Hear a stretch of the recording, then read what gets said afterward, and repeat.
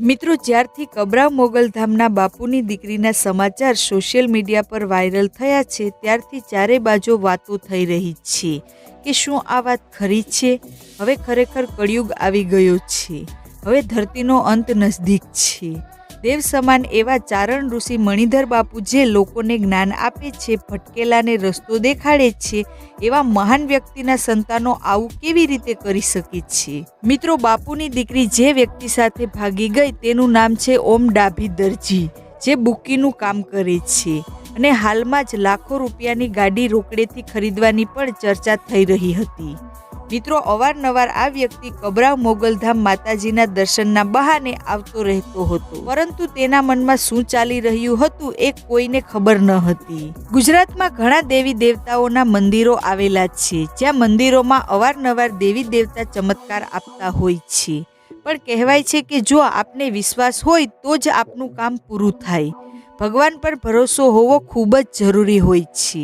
ખરા હૃદયથી કરેલું સ્મરણ એક દિવસ અવશ્ય ફળ આપે છે. કબરાવમાં આવતા શ્રદ્ધાળુઓને માતાજી પ્રત્યે અતૂટ આસ્થા જોડાયેલી છે. કચ્છના કબરાવમાં બિરાજમાન માં હાજરા હજુર છે. ભક્તોને સાથ પરચા પણ આપે છે.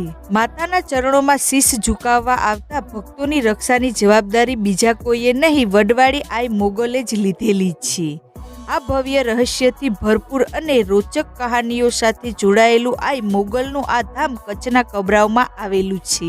ભચાઉથી 16 કિલોમીટરના અંતરે કબરાવ મોગલધામ આવેલું છે. રસ્તા પરથી પસાર થાઓ એટલે દૂરથી માની ધજા અને લાલ રંગમાં લખેલ માના દર્શન થઈ જાય. વડવાળી મોગલ એટલા માટે કહેવાય છે કારણ કે માતા વડની નીચે બિરાજમાન છે, માટે માતાના નામની સાથે વડવાળી મોગલ જોડાયું છે. કોઈ પણ મંદિરમાં જાઓ તો દાન પેટી આપને જોવા મળશે અને ક્યાંય મંદિર બહાર કાઉન્ટર પણ હોય છે કે જ્યાં મોટા અક્ષરે લખ્યું હોય છે કે અહીં દાન સ્વીકારાય છે. પણ આ મંદિરમાં અન્ય મંદિરો કરતાં અલગ તરી આવે છે, કારણ કે કબરાવ મોગલધામમાં 1 રૂપિયાનું દાન સ્વીકારતું નથી.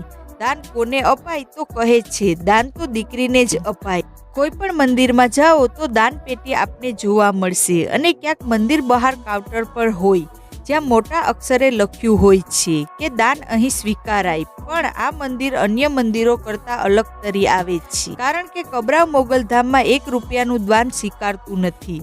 દાન કોને અપાય તો કહે કે દાન તો દીકરીને જ અપાય. માતાજીએ અહીં તેમની હયાતીના પુરાવા આપ્યા છે. માએ નિસંતાનને ત્યાં ઘોડિયું બંધાવ્યું છે, જેની સાબિતી અહીંની દિવાલ પર નાના ભૂલકાઓના ફોટા લગાવવામાં આવ્યા છે.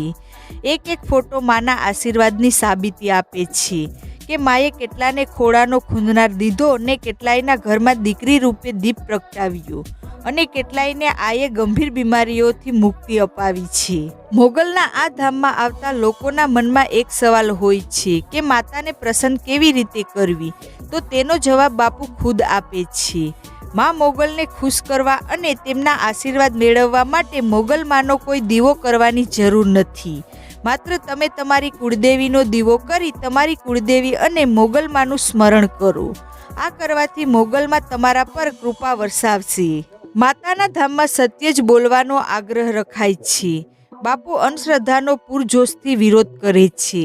અંધશ્રદ્ધાના માર્ગે ચડેલા લોકોને બાપુએ માર્ગદર્શન આપી ધર્મ અને શ્રદ્ધાનો માર્ગ પણ સૂચવ્યો છે. અહીં લાગેલા અલગ અલગ પોસ્ટર્સ બતાવે છે કે માતામાં શ્રદ્ધા રાખો પણ અંધશ્રદ્ધા બિલકુલ ના રાખો.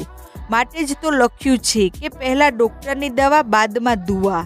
જીવનમાં સારા કામ કરવાની સલાહ બાપ આપે છે.